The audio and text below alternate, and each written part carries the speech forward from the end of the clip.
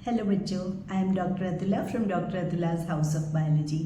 Continue करते हैं structural organisation इन animals. हम बात कर रहे थे फ्रॉग की, तो अभी हम पढ़ेंगे फ्रॉग का वैस्कुलर सिस्टम या सर्कुलेटरी सिस्टम। अब इसमें क्या होता है, again it is of closed type, chordates है ना, तो लिम्फेटिक सिस्टम भी है फ्रॉग में। ब्लड वेस्कुलर सिस्टम में heart, blood vessel, blood present होगा। अगर लिम्फेटिक सिस्टम की बात करें तो लिम्फ चैनल्स और लिम्फ नोड्स की प्रेजेंस होती है। इसका अगर हम हार्ट देखें तो हार्ट एक मस्कुलर सा स्ट्रक्चर है जो कि upper part of body cavity में प्रेजेंट है। दो एट्रिया और एक वेंट्रिकल की प्रेजेंस है। एट्रियम के ऊपर हमारे पास स्ट्रक्चर प्रेजेंट है साइनस वेनोसस, जो कि ज्वाइन कर लेता है राइट एट्रियम को। यहाँ से सारा जो ब्लड है, डीऑक्सीजनेटेड मिक्स्ड ब्लड होता है बेसिकली, अभी बात करेंगे, वो एंटर करेगा।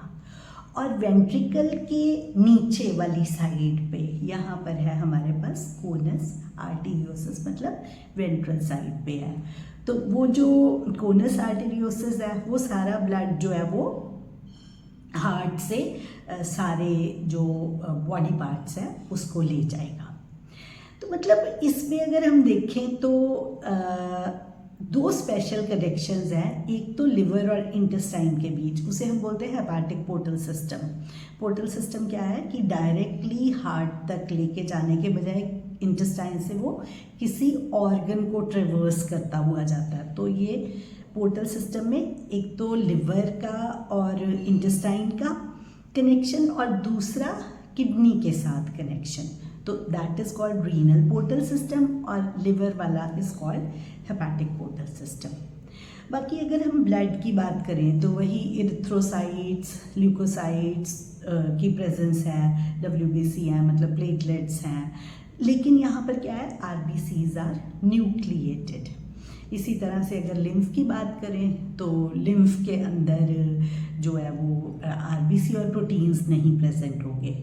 ब्लड में देखें तो RBC अगेन वो हीमोग्लोबिन कैरी कर रहे हैं सो दैट वो ऑक्सीजन का कैरियर की तरह एक्ट कर सके। तो सर्कुलेटरी सिस्टम जो है मतलब वो सारा हार्ट के पंपिंग एक्शन की वजह से ही सारा का सारा हो रहा है।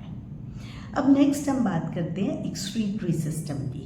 एक्सक्रीटरी सिस्टम में अगर हम देखें तो अगेन उसका जो सिस्टम है मेल का और फीमेल का थोड़ा सा डिफरेंट है। कैसे कि जैसे अगर हम यूरिनरी सिस्टम की बात करते हैं तो मेल के यूरिनरी सिस्टम में क्लोएका में जो है यूरिनो जेनिटल सिस्टम है, मतलब जो टेस्टिस से स्पर्म्स ने आना है वो वाला पार्ट जो है वो भी साथ ही में कैरी आउट हो रहा है यूरिन के साथ ही। अगेन वैसा सही स्ट्रक्चर बिल्कुल, किडनी, पेयर ऑफ किडनीज की प्रेजेंस, फिर उससे यूरेटर्स और थिन सा यूरिनरी ब्लैडर। यूरिनरी ब्लैडर की opening opens into cloaca. Male में यूरिनोजेनिटल सिस्टम, फीमेल में ओविडक्ट्स सेपरेटली आती हैं। कैसा होता है ये फ्रॉग है, इसमें हमारे पास क्या है कि अगर एक्सक्रीशन की बात करें तो इट इज़ यूरियोटैलिक।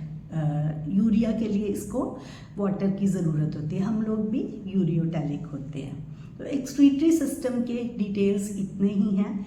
जैसे हमारे पास यूरिनिफेरस ट्यूब्यूल्स होते हैं, यहाँ भी जो नेफ्रॉन है किडनी का जो सब यूनिट है वो यूरिनिफेरस ट्यूब्यूल्स हैं, वही फिल्टर आउट करते हैं और उन्हीं से आगे जो एक्सक्रीटरी नाइट्रोजिनस वेस्ट है in the form of urea through cloaca remove हो जाता है। तो ये तो था एक्सक्रीटरी सिस्टम। अब अगर प्रोमिनेंट एंडोक्राइन ग्लैंड्स की बात करें तो फ्रॉग में pituitary, thyroid, parathyroid, pineal gland and pancreatic islands, adrenals and gonads, ये सारी एंडोक्राइन ग्लैंड्स हैं। ये सारी की सारी हार्मोन्स को रिलीज करती हैं। ये हार्मोन्स किसके कंट्रोल के अंडर है? ये हमारे नर्वस सिस्टम के कंट्रोल के अंडर है। तो नर्वस सिस्टम में अगर हम देखें तो CNS, central nervous system, and TNS and then ANS की प्रेजेंस है। तो सेंट्रल नर्वस सिस्टम में ब्रेन और स्पाइनल कॉर्ड आ जाएगा। पेरिफेरल नर्वस सिस्टम में सारी क्रेनियल नर्व्स कितनी हैं, 10 पेयर्स एंड स्पाइनल नर्व्स।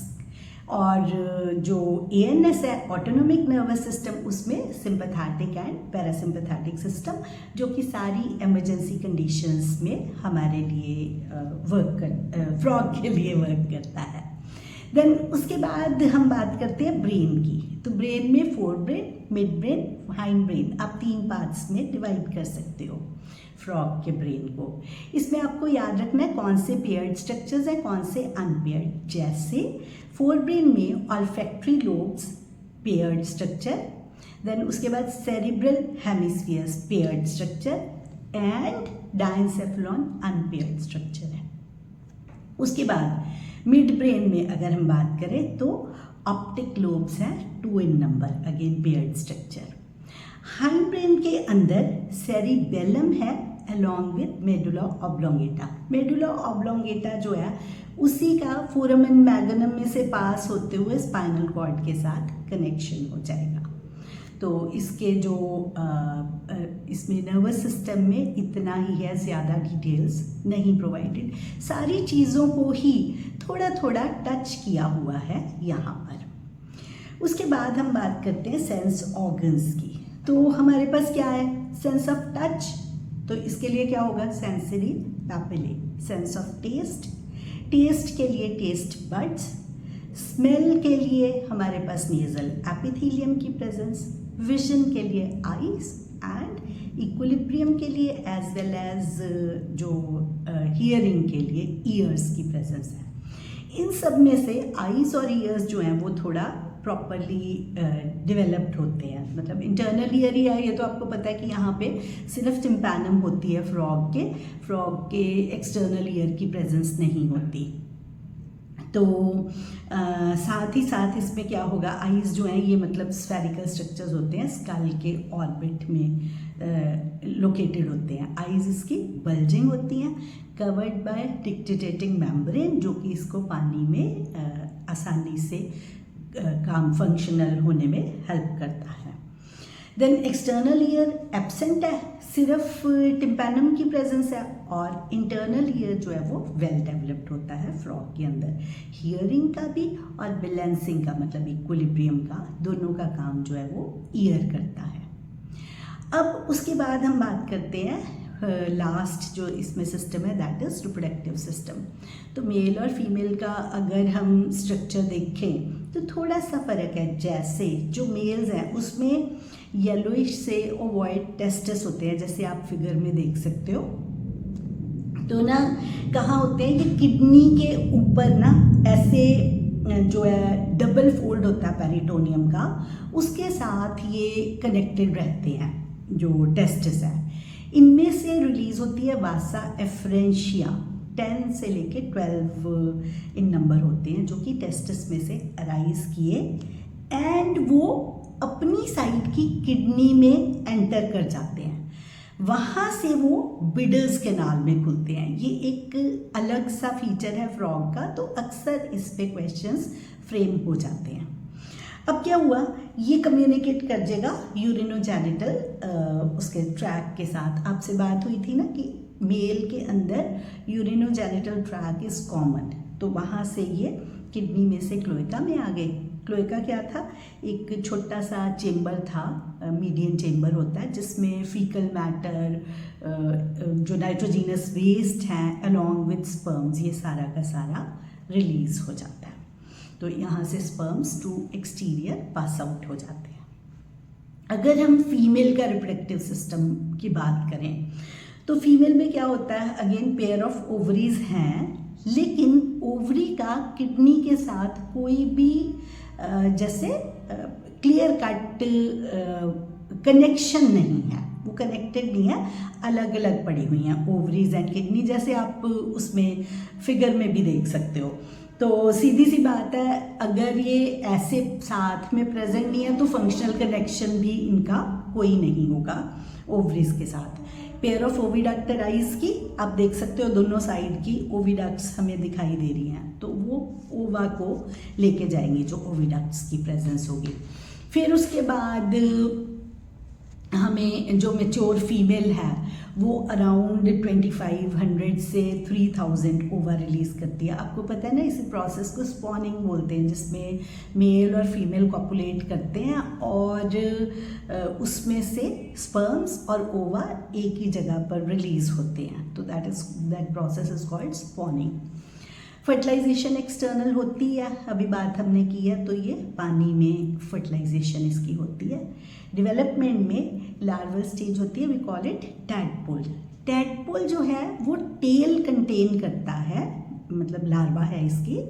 तो जो एडल्ट है दैट लूजेस टेल, इसको बोलते हैं रेट्रोग्रेसिव मेटामोफोसिस। तो मेटामोफोज होके वो लार्वा जो है वो एडल्ट में, मतलब टैडपोल जो है वो एडल्ट फ्रॉग में कन्वर्ट हो जाता है। हमें वैसे पता ही है कि इसकी अगर इकोनॉमिक इम्पोर्टेंस की बात करें तो फ्रॉग जो है वो हमारे मैनकाइंड के लिए क्यों इम्पॉर्टेंट है, क्योंकि इंसेक्ट्स खाता है, प्रोटेक्ट करता है क्रॉप्स को, इकोलॉजिकल बैलेंस मेंटेन करता है, क्योंकि मतलब ये उसका फूड वेब का एक फूड चेन का एक मेजर पार्ट बनता है। तो कुछ लोगों के लिए ये एडिबल भी है, इसकी मस्कुलर लेग्स को खाते हैं कुछ लोग। तो विद दिस हमारा ये फ्रॉग वाला पार्ट कंप्लीट होता है। Wish you all the best.